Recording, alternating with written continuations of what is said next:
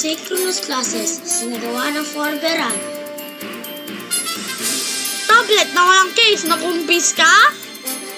Si Jeron nasunugan. Top student ng Forberan, pinakilala! Magandang araw, Forberan.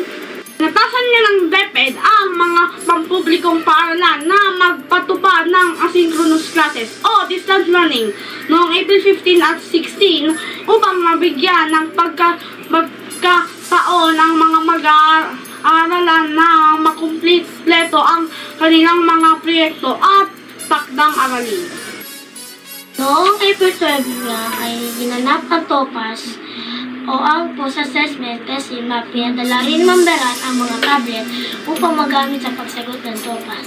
Isa-isa rin niya tinignan ang kalagayan ng bawat tablet dahil dito 7 sa mga estudyante ang nakumpiska ang tablet dahil wala itong case. Ayon din kay Mamberan, may babalik lamang ang mga nakumpiskang tablet kung ito ay mabibigyan ng case. Ayon nga kay Jeron, naganap ang sunog sa ferya kung saan sila nakatira. Bandang alas 7 ng gabi, noong April 15, ayon din sa kanya ay nasunog ang kanilang tindahan.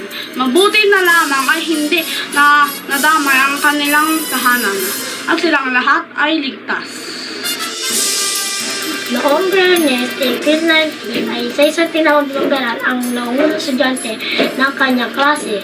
Ito ay sina Lance Gabriel Hirapanan, Jasmine Mais Katunkan bilang mga top 1. Ron Christoph Danabar via Margus Martinez bilang mga top 2. Chanela Tan and Rihanna Castillo bilang top 3. Akira Nicole Alvarez, Mary Jane Ensha, J. Camille Vicentino, Jeron Ray Bermas at Rigel Kisijay Rabares bilang mga top 4. Congrats, classmate!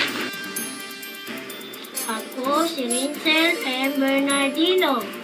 At ako, si Lance Gabriel Hirapanan. At yan ang pinakamainit na balita dito sa